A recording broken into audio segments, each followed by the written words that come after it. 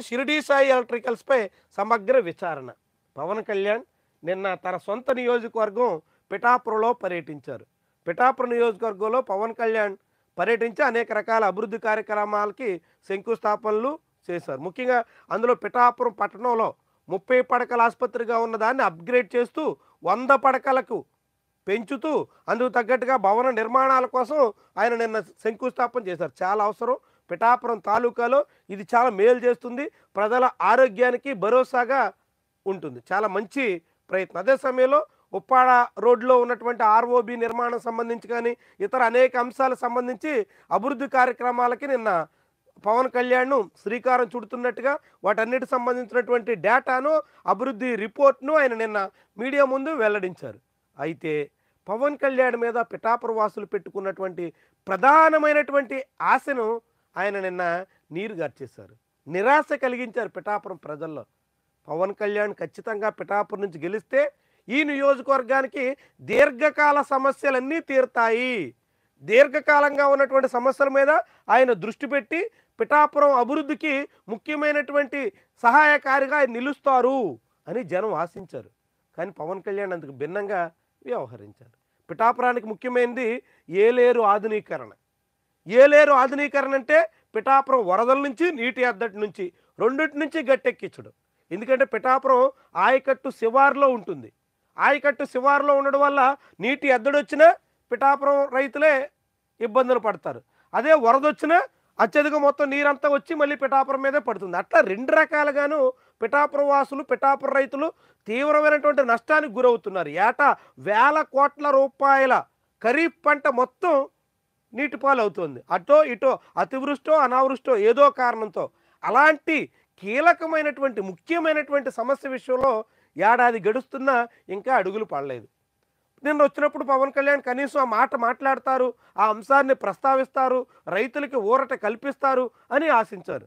ఆధునీకరణ చాలా దీర్ఘకాలంగా కొంత ఎక్కువ మొత్తం పెట్టాల్సినటువంటి పని కాబట్టి టైం పడుతుందనుకున్నా కనీసం ఈసారి వచ్చే ఖరీఫ్ నాటికి తగ్గట్టుగా క్లోజర్ పనులు, వేసవకాలంలో చేయాల్సినటువంటి ఇరిగేషన్ పనులు, పూడికి తీత కానీ లేదంటే కళింగల సరిదేయడం కానీ లేదంటే ఆయకట్టుకు సంబంధించిన కలవట్ల నిర్మాణం, చితికిపోయినటువంటి గేట్లు, తెగుపడిపోయినటువంటి గట్లు అన్నింటినీ సరిచేయడం కానీ ఇలాంటి విషయంలోనైనా ఆయన చొరవ చూపుతారు అని ఆశించారు. మొన్నటి ఏలేరు వరదల కారణంగా అనేక చోట్ల కాలువలకు గండ్లు పడ్డాయి. ఆ గండ్లన్నీ పూడ్చివేసి తిరిగి మళ్ళీ వచ్చే ఖరీఫ్ సీజన్ నాటికి ఎటువంటి నష్టం రాకుండా కాపాడే ప్రయత్నం కొంతవరకైనా చేస్తారు అని ఆశిస్తే ఈ ఏప్రిల్ మే నెలల్లో జరగాల్సినటువంటి పనుల విషయంలో ఆయన దృష్టి పెట్టిన దాఖలాలు లేవు. అంటే పిఠాపురం ఆశిస్తున్నటువంటి విషయంలో పవన్ కళ్యాణ్ దృష్టి సారించలేదు.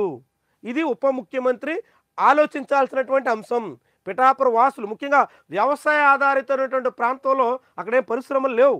పిఠాపురం నియోజకవర్గంలో ఎప్పుడో ఒకప్పుడు అక్కడ షుగర్ ఫ్యాక్టరీ ఉండేది, అది కూడా మూతపడింది. పిఠాపురంలో పరిశ్రమలు లేవు, ఉన్నది వ్యవసాయం. ఆ వ్యవసాయానికి అవసరమైనటువంటి ఆయకట్టు కనీసం క్లోజర్ పనులైనా ఇరిగేషన్ సంబంధించినటువంటి చిన్న చిన్న పనులైనా పూర్తి చేయాల్సి ఉండగా ఆ విషయంలో పవన్ కళ్యాణ్ దృష్టి పెట్టకపోవడం ఆ నియోజకవర్గ వాసుల్ని నిరాశపరిచింది. అందుకే నిన్న రచ్చబండ ఏర్పాటు చేస్తే ఈ సమస్యలన్నీ ఆయనకు చెప్పుకుందామని చాలామంది ఆశించారు.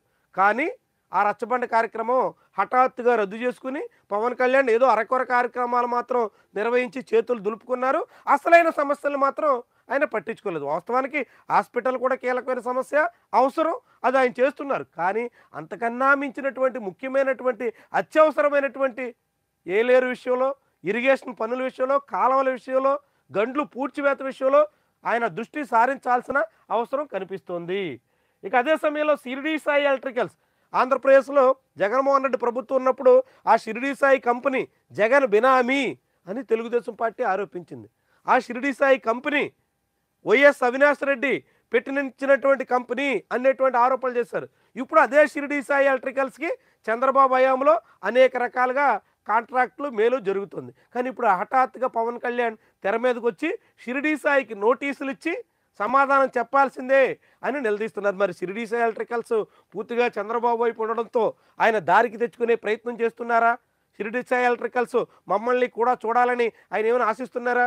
వాస్తవానికి అదే షిరిడీ సాయి ఎలక్ట్రికల్స్ నుంచి పవన్ కళ్యాణ్ ప్రతిపక్షంలో ఉండగా ఎలక్టోరల్ బాండ్స్ రూపంలో దాదాపు 20 కోట్ల రూపాయల వరకు చందాలు తెచ్చుకున్నారు. అలాంటి కంపెనీ విషయంలో ఇప్పుడు పవన్ కళ్యాణ్ కీలకమైనటువంటి నిర్ణయాలు తీసుకుంటున్నారు.